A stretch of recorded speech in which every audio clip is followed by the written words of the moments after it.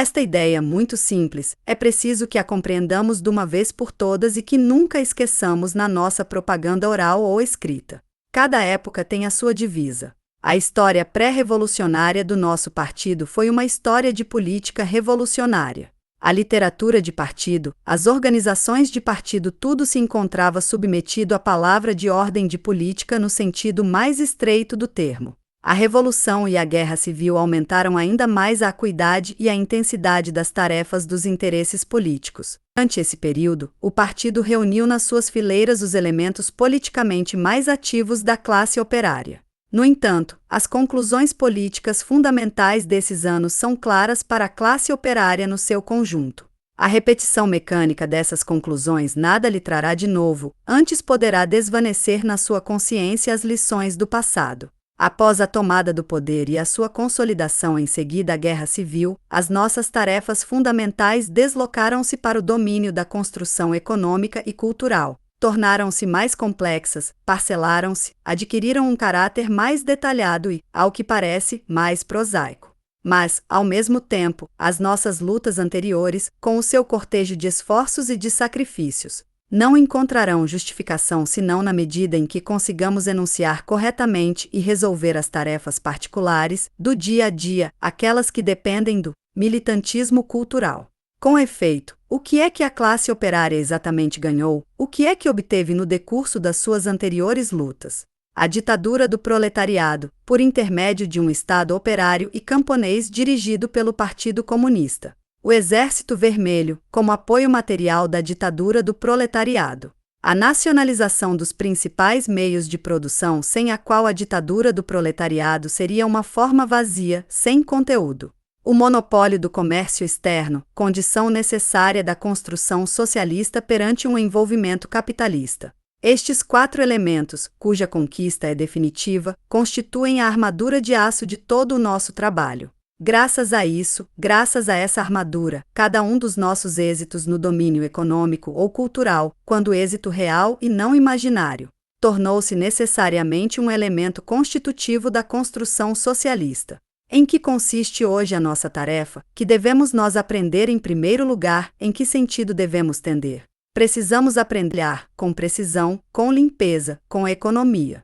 Temos necessidade de desenvolver a cultura do trabalho, a cultura da vida, a cultura do modo de vida. Após uma longa preparação e graças à alavanca da insurreição armada, derrubamos a supremacia dos exploradores. Mas não existe alavanca que possa de um só golpe elevar a cultura. Um lento processo de autoeducação da classe operária e, paralelamente, do campesinato, é aqui necessário. O camarada Lenin, num artigo sobre a cooperação, evoca essa mudança de direção da nossa atenção, dos nossos esforços, dos nossos métodos. Somos forçados, diz ele, a reconhecer uma transformação radical do nosso ponto de vista sobre o socialismo.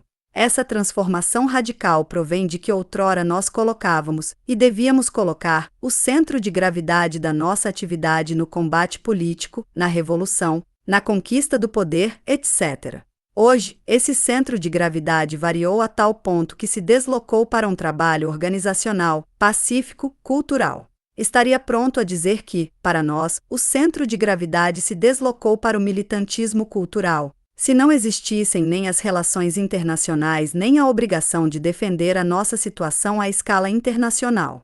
Mas se nos abstrairmos disso e nos limitarmos às relações econômicas internas, então hoje o centro de gravidade reduz-se efetivamente ao militantismo cultural. Ponto. Assim, só o problema da nossa situação internacional nos desvia do militantismo cultural, e isso apenas em parte, como em seguida veremos. O fator principal da nossa situação internacional é a defesa nacional, isto é, o Exército Vermelho. Ora, nesse domínio fundamental, as nossas tarefas relacionam-se ainda uma vez mais, em 9/10, com o militantismo cultural, elevar o nível do Exército, levar a bom termo a sua completa alfabetização, ensinar-lhe a utilizar os guias, os livros e as cartas, habituá-lo ao asseio, à exatidão, à pontualidade, à observação. Não há remédio milagroso que permita resolver imediatamente esses problemas. No fim da Guerra Civil, quando abordávamos uma nova fase da nossa atividade, a tentativa de criar uma doutrina militar proletária, Foi a expressão mais clara e a mais gritante da incompreensão das tarefas da nova época. Os orgulhosos projetos que visam criar uma cultura proletária em laboratório procedem da mesma incompreensão. Nesta busca da pedra filosofal, o nosso desespero perante o nosso atraso une-se a uma crença no milagre, que é ela própria um sinal desse atraso. Mas não temos nenhuma razão de desesperar e é mais do que tempo de nos libertarmos dessa crença nos milagres, dessas práticas pueris de curandeiros, do gênero, cultura proletária ou doutrina militar proletária. Para robustecer a ditadura do proletariado é necessário desenvolver um militantismo cultural cotidiano, o único a garantir um conteúdo socialista para as conquistas fundamentais da revolução. Quem não tenha compreendido isso, representa um papel reacionário na evolução do pensamento e do trabalho do partido. Quando o camarada Lenin afirma que as nossas tarefas de hoje não são tanto políticas como culturais, é necessário entendermos-nos sobre a terminologia a fim de não interpretar erradamente o seu pensamento. Num certo sentido, a política domina tudo. O conselho do camarada Lenin de transferir a nossa atenção do domínio político para o domínio cultural é um conselho político. Quando um partido operário, em tal ou tal país, decide que é necessário num dado momento colocarem em primeiro plano as exigências econômicas e não as políticas, essa decisão tem um caráter político. É perfeitamente evidente que a palavra política é utilizada aqui em dois sentidos diferentes. Em primeiro lugar, num sentido largo, materialista dialético, englobando o conjunto das ideias diretivas, dos métodos e dos sistemas que orientam a atividade da coletividade em todos os domínios da vida social. Em segundo lugar, num sentido estreito, especializado, caracterizando uma certa parte da atividade social, intimamente ligada à luta pelo poder e oposta ao trabalho econômico, social, etc. Quando o camarada Lenin escreve que a política é economia concentrada, encara a política no sentido largo, filosófico. Quando o camarada Lenin diz, um pouco menos de política, um pouco mais de economia, encara a política no sentido estreito e especializado do termo. As duas acepções são igualmente válidas visto que legitimadas pelo uso. Importa apenas compreender bem do que se fala em cada um dos casos. A organização comunista é um partido político no sentido amplo, histórico ou, se prefere, filosófico do termo. Os outros partidos atuais são políticos unicamente no sentido em que fazem pequena política. Se o nosso partido transfere a sua ação para o domínio cultural, isso de modo nenhum significa que enfraqueça o seu papel político. Historicamente, o papel dirigente, isto é, político, do partido, manifesta-se precisamente nessa deslocação lógica da sua atenção para o domínio cultural. Só após longos anos de atividade socialista, conduzida com êxito no interior e garantida no exterior, é que o partido poderá libertar-se pouco a pouco da sua carapaça, Partizan 2, para se confundir com a comunidade socialista. Mas isso está ainda tão longe que se torna inútil antecipar sobre o futuro. No imediato, o partido deve conservar totalmente as suas características fundamentais: coesão ideológica, centralização, disciplina e, correlativamente, combatividade. Mas precisamente essas inestimáveis qualidades de espírito de partido comunista não podem manter-se e desenvolver-se se não se satisfazem as exigências e as necessidades econômicas e culturais de forma mais completa, mais hábil, mais exata e mais minuciosa. Em conformidade com essas tarefas, que devem desempenhar hoje um papel preponderante na nossa política, o partido reagrupa, distribui as suas forças e educa a jovem geração. Por outras palavras, a grande política exige que na base do trabalho de agitação, de propaganda, de repartição de forças, de instrução e de educação, sejam hoje colocadas tarefas e exigências econômicas e culturais e não exigências políticas no sentido estreito do termo. Asterisco, asterisco, asterisco. A poderosa unidade social que representa o proletariado surge em toda a sua amplitude nas épocas de luta revolucionária intensa. Mas no interior dessa unidade, observamos ao mesmo tempo uma incrível diversidade e mesmo uma grande heterogeneidade. Do pastor obscuro e inculto ao maquinista altamente especializado escalona-se toda uma variedade de qualificações, de níveis culturais, de hábitos de vida. Cada camada social, cada oficina de empresa, cada grupo, é constituído por indivíduos de idade e caráter diferentes, de passado diversificado. Se não existisse essa diversidade, o trabalho do Partido Comunista no domínio da educação e da unificação do proletariado seria de todo simples. Mas, pelo contrário, o exemplo da Europa prova-nos quanto esse trabalho é na realidade difícil. Pode dizer-se que quanto mais a história de um país, e portanto a própria história da própria classe operária, é rica, mais reminiscências, tradições e hábitos nela se encontram. Quanto mais os grupos sociais nela são antigos, mais difícil é realizar a unidade da classe operária. O nosso proletariado quase não tem história nem tradições. Isso facilitou sem dúvida sua preparação para a Revolução de Outubro. Mas, em contrapartida, isso torna mais difícil a sua construção após Outubro. O nosso operário, com exceção da camada superior, ignora inclusivamente os hábitos culturais mais elementares, desconhece, por exemplo, o asseio e a exatidão, não sabe ler nem escrever, etc. O operário europeu adquiriu pouco a pouco esses hábitos no quadro do regime burguês, é por isso, vê-se nas camadas superiores, que está tão fortemente ligado a esse regime, com a sua democracia, a sua liberdade de imprensa e outros bens do mesmo gênero. Entre nós, um regime burguês tardio quase nada deu ao operário. Foi justamente por isso que, na Rússia, o proletariado pôde romper e derrubar mais facilmente a burguesia.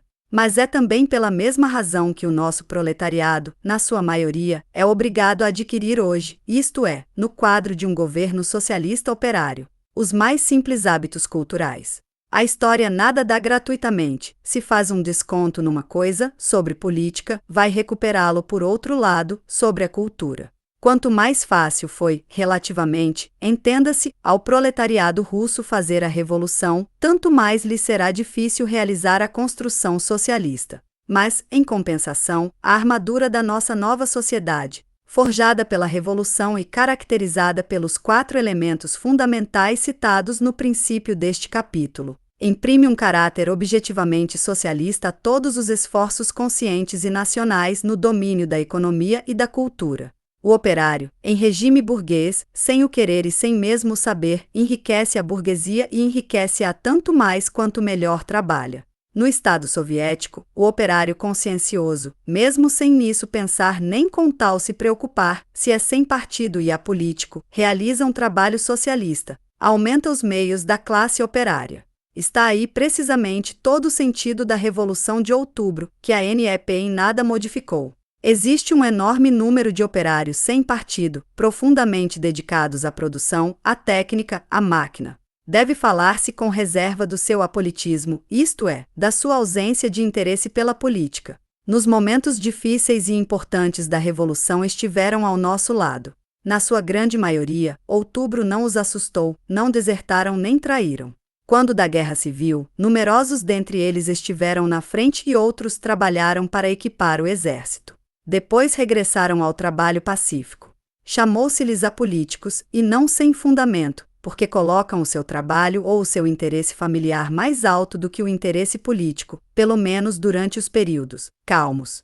Cada um deles quer tornar-se um bom operário, aperfeiçoar-se, elevar-se a um nível superior, tanto para melhorar a situação da sua fábrica como devido a um amor próprio profissional legítimo. Cada um deles, como já dissemos, realiza um trabalho socialista mesmo que não tenha fixado isso como objetivo.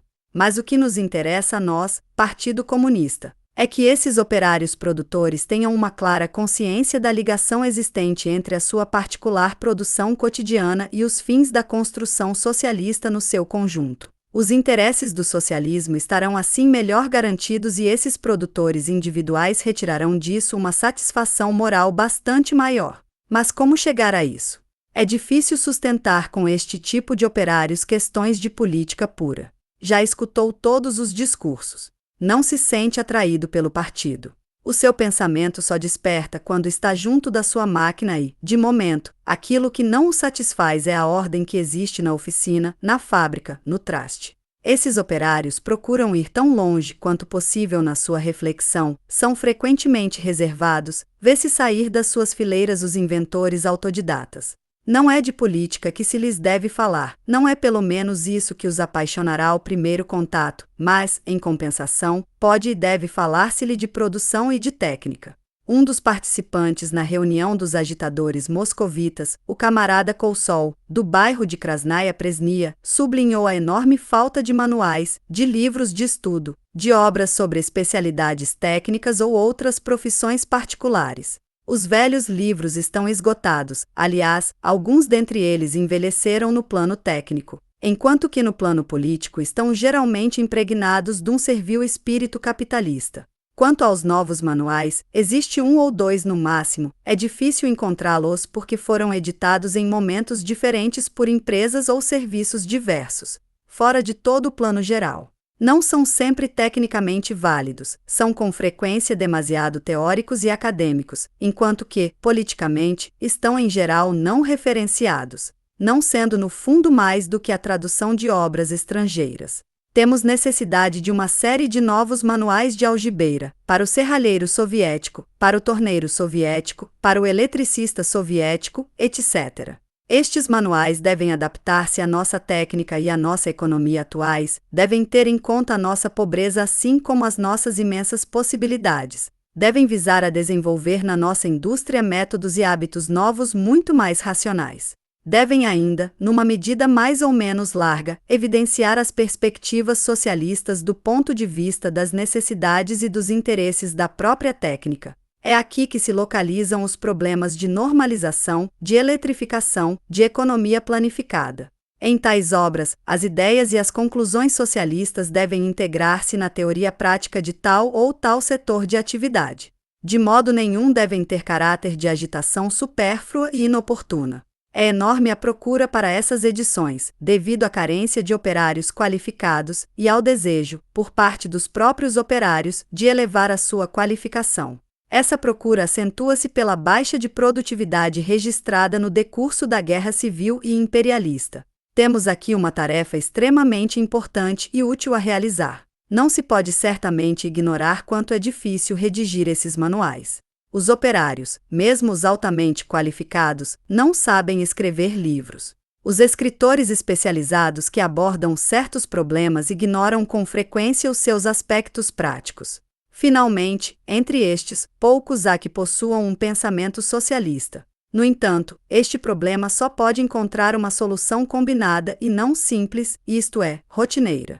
Para escrever um manual, é preciso reunir um grupo de 3 pessoas, troika, formado por um escritor especialista, tecnicamente informado, que conheça, ou que seja capaz de conhecer, o estado do ramo correspondente da nossa produção, por um operário altamente especializado nesse domínio, de espírito inventivo, e por um escritor marxista, com formação política e com alguns conhecimentos no campo da técnica e no da produção.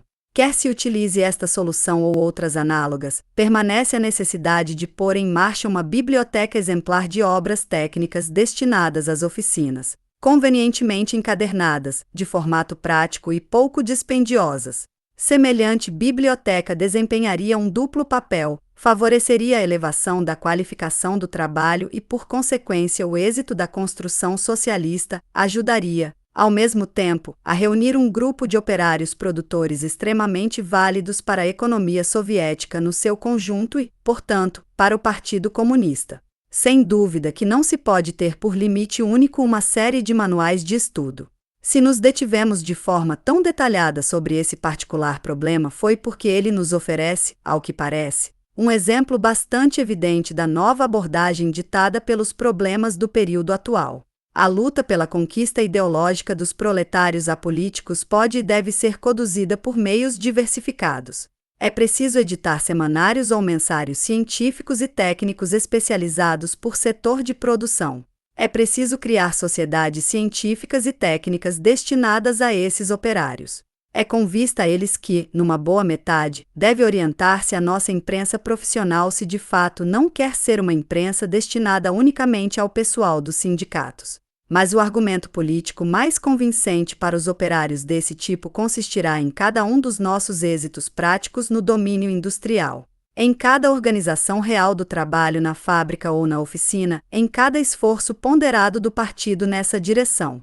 Pode formular-se da maneira seguinte o ponto de vista político do operário produtor que presentemente nos interessa e que raramente exprime as suas ideias. Quanto à revolução e ao derrube da burguesia, nada a opor, houve razão em fazê-lo. Não temos necessidade da burguesia. Não temos também necessidade dos representantes mencheviques ou outros. No que respeita à liberdade de imprensa, isso não é de tanta importância e não é esse o fundo do problema. Mas como ides vós resolver o problema da economia? Vós, comunistas, haveis tomado a direção dos negócios.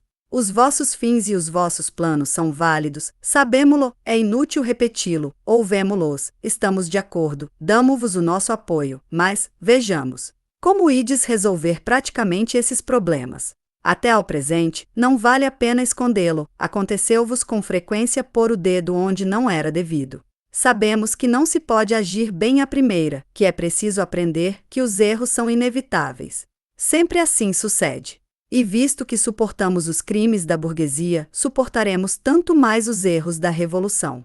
Mas isso não durará eternamente. Entre vós, comunistas, existe gente diferente entre si, como aliás também entre nós sucede, pobres pecadores, certos a que estudam realmente, fazem conscienciosamente o seu trabalho, diligenciam chegar a um resultado econômico prático, enquanto que outros se limitam à pantominice. E os pantomineiros são muito prejudiciais, porque o trabalho se lhes escapa por entre os dedos. Este tipo de operário, eis o que ele é: torneiro, serralheiro ou fundidor zeloso, hábil e atento ao seu trabalho, não é entusiasta, é antes politicamente passivo, mas reflete, tem espírito crítico, é por vezes um pouco cético, mas mantém-se sempre fiel à sua classe, é um proletário de valor. É em direção a este tipo de operários que o partido deve atualmente dirigir os seus esforços.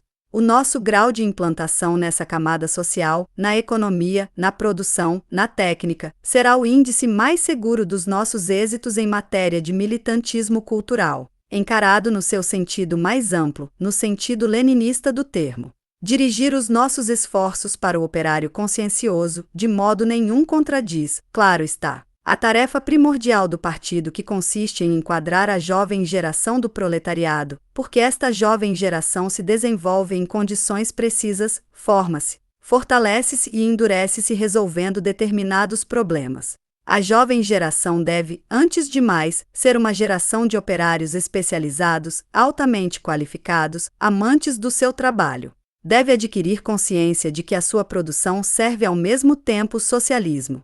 A atenção dispensada à aprendizagem, o desejo de adquirir uma alta qualificação, aumentará, aos olhos da juventude, a autoridade dos velhos operários, que, como já se disse, permanecem na maioria fora do partido. Ao mesmo tempo que dirigimos os nossos esforços para o operário consciencioso e hábil, devemos também aplicar-nos em educar a juventude proletária. Sem isso, seria impossível seguir em frente, rumo ao socialismo.